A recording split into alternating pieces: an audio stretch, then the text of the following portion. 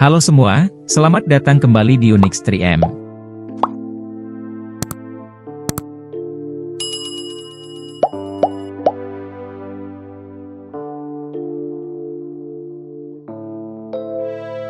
Di antara bayang-bayang sejarah yang panjang dan berliku, terdapat sebuah narasi yang tidak terikat oleh batas-batas geografis.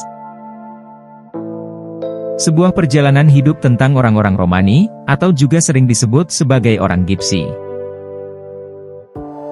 Mereka adalah para penjelajah yang melegenda, kelompok minoritas yang nomaden, yang secara tradisional hidup mengembara di berbagai negara, terutama di kawasan Eropa.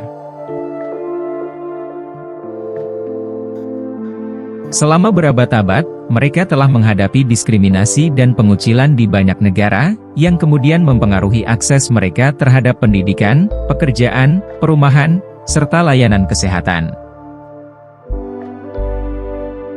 Karenanya, para pria kaum Gipsi biasanya menjadi pedagang ternak, pelatih hewan, tukang perbaiki logam dan reparasi perkakas, serta musisi yang melantunkan nada-nada kehidupan.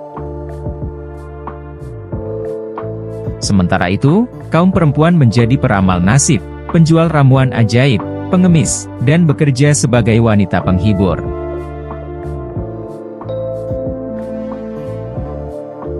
Pada abad modern ini, orang-orang Gipsi telah menyebar di hampir semua negara di Eropa, membawa cerita dari masa lalu mereka yang sangat kaya, dengan populasi yang signifikan di Eropa Timur seperti Rumania, Bulgaria, serta Hongaria.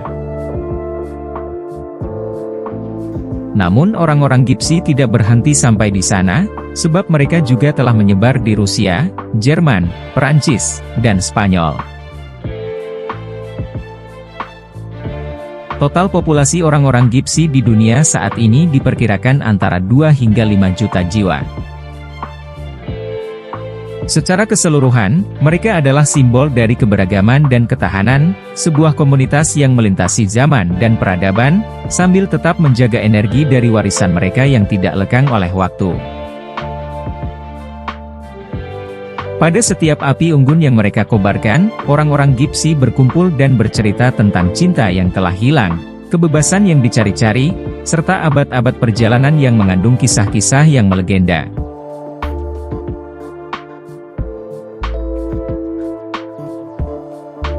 Secara historis, bangsa Gipsi memulai perjalanan mereka dari tanah yang kini kita kenal sebagai negara bagian Rajasthan, Punjab, dan Haryana. Bukti-bukti linguistik, genetik, dan catatan sejarah yang tersebar di halaman-halaman buku, semuanya menunjukkan bahwa mereka memulai perjalanan dari India sekitar abad ke-6 hingga abad ke-9. Invasi yang mengguncang fondasi tanah air mereka, perubahan politik yang tidak terduga, serta pencarian akan peluang ekonomi yang lebih baik, semuanya menjadi faktor-faktor yang mendorong mereka untuk meninggalkan jejak kaki di berbagai belahan dunia. Mereka berlayar melintasi padang pasir, menyeberangi lautan, dan menapaki pegunungan membentuk jalur-jalur migrasi yang menjadi urat nadi bagi peradaban.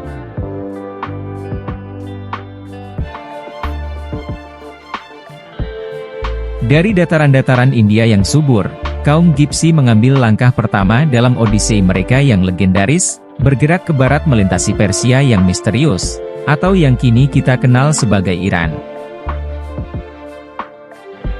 Mereka adalah penjelajah dari masa lalu yang jauh, menyebar ke Timur Tengah dan Afrika Utara, membawa harapan dan secercah kehidupan yang berbeda.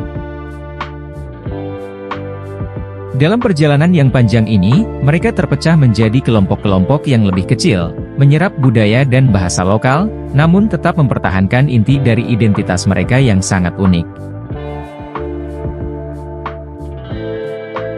Pada kisaran abad pertengahan, ketika sebagian besar orang Eropa menganggap bahwa dunia hanya seluas desa atau kota, orang-orang Gipsi tiba-tiba datang dalam kelompok-kelompok yang sangat besar, bagaikan hantu di siang bolong yang mengejutkan serta membingungkan penduduk setempat. Orang Gipsi dengan warna kulit, mata, dan rambut yang lebih gelap, pakaian berwarna-warni, tata krama yang unik, serta bahasa yang asing menjadi pendatang baru yang sama sekali berbeda. Selain itu, kaum Gipsi juga tidak suka berbaur dengan orang-orang Eropa, mempertahankan jarak dengan masyarakat yang tidak mengerti bahwa kebiasaan kaum Gipsi adalah warisan dari masa lalu di tanah India di mana masyarakatnya terbagi-bagi berdasarkan kasta. Kendati demikian, seiring waktu yang berlalu, rasa ingin tahu yang semula muncul di hati orang-orang Eropa, perlahan-lahan berubah menjadi rasa curiga. Orang Gipsi yang semula dilihat sebagai pengembara yang eksotis, akhirnya menjadi simbol ketidakpastian serta ketakutan, di mana mereka tidak lagi disambut dengan tangan terbuka. Akibatnya, kaum Gipsi mulai dikucilkan dalam makna yang harfiah, dipaksa mendirikan kemah hanya di luar perkampungan, dan dilarang masuk bahkan untuk membeli kebutuhan sehari-hari atau menimba air. Desas-desus yang berkembang kala itu, bahwa orang-orang Gipsi suka menculik anak-anak, dan bahkan menyantap mereka. Pada beberapa tempat, hukum mewajibkan orang Gipsi untuk memasak di tempat terbuka, dengan tujuan agar siapapun yang ingin tahu, dapat memeriksa isi belanga mereka. Pemeriksaan ini, biasanya dilakukan dengan menumpahkan makanan ke atas tanah, sehingga tidak heran banyak orang-orang Gipsi mencuri makanan untuk bertahan hidup.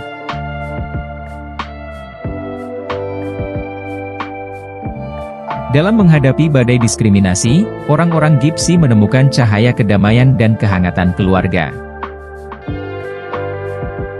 Demikian ini karena selama berabad-abad, para orang tua kaum Gipsi sangat memperdulikan anak-anak mereka, dan anak-anak pun sangat menyayangi orang tuanya, mengurus mereka sewaktu sudah lansia. Banyak orang Gipsi juga berpaut erat dengan standar tingkah laku dan kesopanan yang diwariskan secara turun-temurun, seperti permata yang dijaga dengan hati-hati dari generasi ke generasi. Karena sering ditolak dan tidak diterima, kaum Gipsi mentasbihkan untuk menjadi pengembara abadi. Gaya hidup berpindah-pindah atau nomaden ini bukan hanya pilihan biasa, tetapi telah menghasilkan berbagai keterampilan seperti kerajinan logam, jual beli, dan hiburan. Dengan menawarkan beragam jasa yang dibutuhkan, paling tidak mereka dapat memenuhi kelangsungan hidup keluarga mereka. Wanita-wanita Gipsi memanfaatkan reputasi bahwa mereka memiliki kekuatan supranatural, berpura-pura memilikinya untuk tujuan komersial yang menguntungkan. Selain itu, kebiasaan berpindah-pindah ini juga meminimalkan risiko pencemaran budaya atau moral akibat terlalu banyak kontak dengan orang-orang Gaje. Gaje merupakan sebuah istilah yang dibuat oleh kaum Gipsi untuk menyebut orang-orang di luar kelompok mereka dengan konotasi merendahkan, yang secara harfiah berarti orang udik atau orang barbar.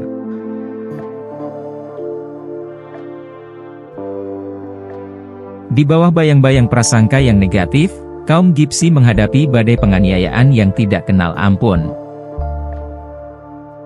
Mereka diusir dari tanah-tanah Eropa, di mana mereka pernah bermain dan tertawa, meninggalkan jejak-jejak kenangan yang telah mereka ukir. Di tempat lain, mereka diperbudak. Rantai-rantai dingin perbudakan, mengikat tangan dan kaki mereka selama berabad-abad, sebuah era kelam yang akhirnya, berakhir pada sekitar tahun 1980. Kemudian, dengan berakhirnya perbudakan, kaum Gipsi menyebar ke seluruh penjuru, terutama ke Eropa Barat dan benua Amerika, membawa serta bahasa, kebiasaan dan bakat, yang telah mereka pelihara dengan cinta. Di Spanyol, pertemuan antara budaya Gipsi dengan budaya setempat, telah melahirkan musik dan tarian flamenco yang membara, sebuah tarian dengan gerakan yang intens dan ekspresif, yang biasanya menggambarkan emosi yang mendalam, seperti cinta, kehilangan, serta perjuangan. Di Eropa Timur, para musisi Gipsi menyerap lagu-lagu rakyat, menambahkan sentuhan magis mereka sendiri, menciptakan harmoni yang memikat hati. Nada-nada penuh emosi dari pertunjukan musik mereka, mengalir melalui darah para komponis musik klasik, memberi inspirasi dengan mengubah lanskap musik untuk selama-lamanya. Selama Perang Dunia Kedua, Partai Nazi di bawah komando Hitler, melakukan genosida sistematis terhadap kaum Gypsy. Dalam bahasa Romani, genosida ini dikenal sebagai porajmos, di mana orang-orang Gypsy ditandai untuk pemusnahan dan dijatuhi hukuman kerja paksa, serta pemenjaraan di kamp konsentrasi. Mereka sering dihabisi di depan mata, terutama oleh regu kematian para militer di front timur. Dan jumlah total korban pada insiden ini diperkirakan mencapai 1,5 juta jiwa. Tidak hanya itu, orang-orang Gypsy juga dianiaya di negara-negara boneka Nazi. Di negara merdeka Kroasia, hampir seluruh penduduk Gypsy yang berjumlah 25.000 jiwa, dihabisi dengan brutal.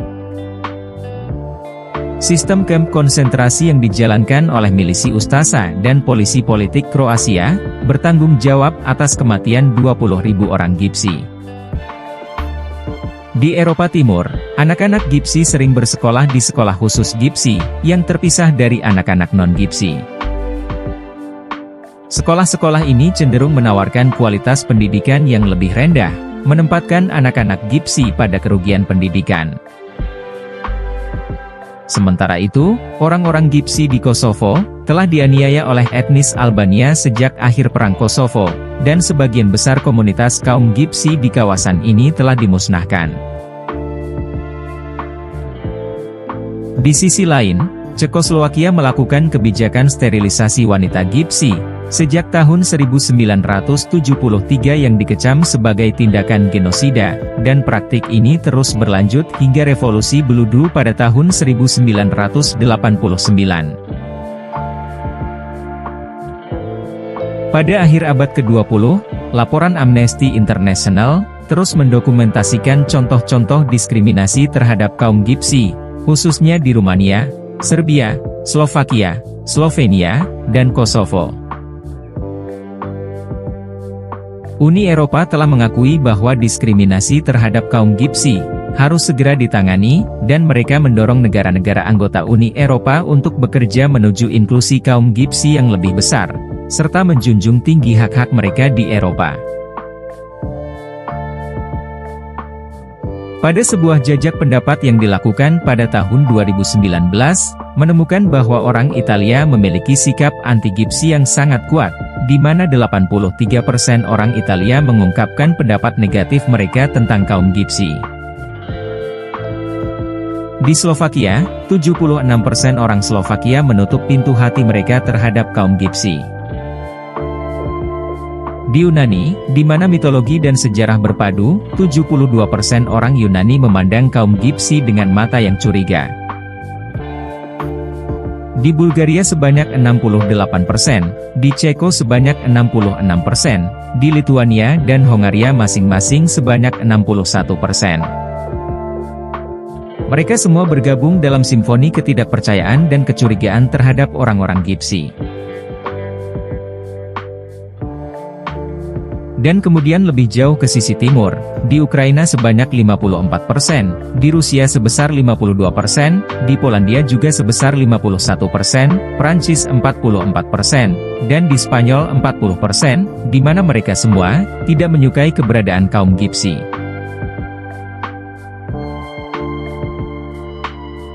Dan di Rumania, sebuah survei pada tahun 2020 mengungkapkan bahwa 72% orang Rumania memandang kaum Gypsy dengan pandangan yang curiga. Tentu saja, semua ini adalah narasi yang menyedihkan, sebuah drama yang terus berulang, di mana kaum Gypsy dengan sejarah dan budaya mereka yang kaya, terus berjuang untuk menemukan tempat serta kebebasan. Di akhir cerita yang tidak pernah benar-benar berakhir, orang-orang Gypsy mengajarkan kita bahwa setiap pertemuan adalah kesempatan untuk belajar, Setiap perpisahan adalah pelajaran tentang keberanian, dan setiap jejak yang ditinggalkan adalah cerita yang akan diceritakan kembali, dari generasi ke generasi untuk selama-lamanya.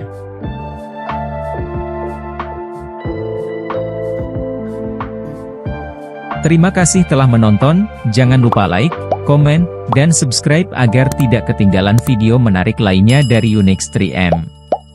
Sampai jumpa di video selanjutnya.